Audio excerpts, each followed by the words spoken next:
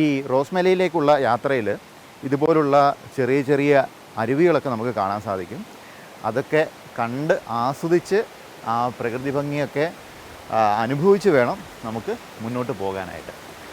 അതുപോലെ തന്നെ ഇവിടെ വന്നപ്പം നമ്മൾ ശ്രദ്ധിച്ച് കാത് കൂർപ്പിച്ച് വെച്ചാൽ നമുക്ക് കേൾക്കാൻ സാധിക്കും പ്രകൃതിയുടെ ആ ശബ്ദവും കിളികളുടെ ശബ്ദമൊക്കെ.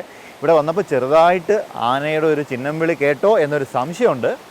ഈ കാനന യാത്രയ്ക്ക് ഏറ്റവും അനുയോജ്യമായ സമയം എന്ന് പറയുന്നത് മഴക്കാലമാണ്. മഴക്കാലമാകുമ്പം കാട് മൊത്തം നല്ല പച്ചപ്പായിരിക്കും. അതുപോലെ തന്നെ ഈ കാണുന്ന അരുവികളൊക്കെ നിറഞ്ഞൊഴുകുന്നത് നമുക്ക് കാണാൻ സാധിക്കും. ഈ കാടിൻ്റെ ഭംഗി എന്ന് പറയുന്നത് ഇതൊക്കെ തന്നെയാണ്.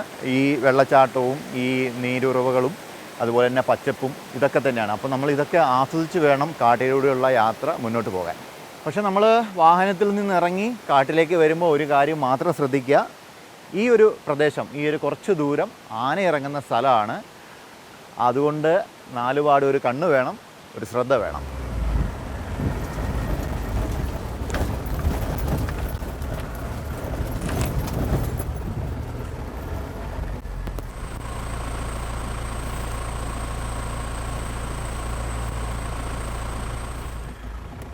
ഈ റോസ്മല യാത്രയിൽ ഇങ്ങോട്ട് വരുന്ന വിസിറ്റേഴ്സിനുള്ള ചെറിയൊരു പരിമിതി എന്താണെന്ന് പറഞ്ഞു കഴിഞ്ഞാൽ, നിങ്ങളുടെ സ്വന്തം വാഹനത്തിൽ ഇങ്ങോട്ട് വരണമെങ്കിൽ അത് SUV വാഹനമായിരിക്കണം. അല്ലെങ്കിൽ മോട്ടോർ സൈക്കിളിലും ആളുകൾ ഇങ്ങോട്ട് വരുന്നുണ്ട്. ഇനിയിപ്പോൾ ഇങ്ങോട്ട് നിങ്ങളുടെ സ്വന്തം കാറിലാണ് വരുന്നതെങ്കിൽ, അതായത് ഹൈറ്റ് കുറഞ്ഞ കാറിലാണ് വരുന്നത്, SUV വാഹനം അല്ലെങ്കിൽ നിങ്ങൾക്ക് ആര്യങ്കാവ് വരെ നിങ്ങളുടെ സ്വന്തം വാഹനത്തിൽ വന്നിട്ട് അവിടുന്ന് സ്പെഷ്യൽ ജീപ്പ് വിളിച്ച് ഇങ്ങോട്ട് വരാവുന്നതാണ്. അവിടെ വാടകയ്ക്ക് ജീപ്പ് കിട്ടും.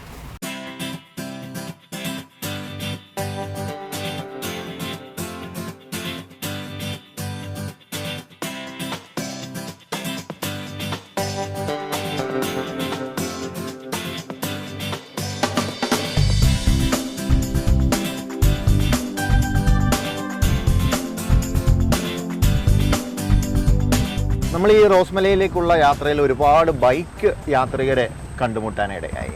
ഈ ചെറുപ്പക്കാർക്ക് ഈ അഡ്വഞ്ചറിനോടുള്ള, സാഹസികതയോടുള്ള ആ താല്പര്യം നമുക്ക് ഇതിൽ നിന്നും വ്യക്തമാകും.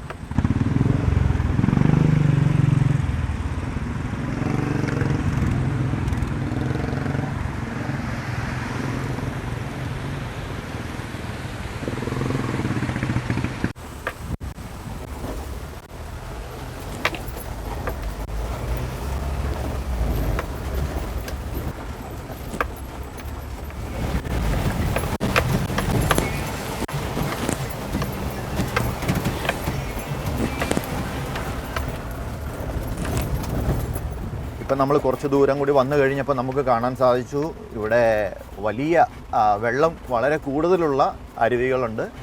അതുപോലെ തന്നെ വലിയ വലിയ ഉരുളം കല്ലുകളുണ്ട്.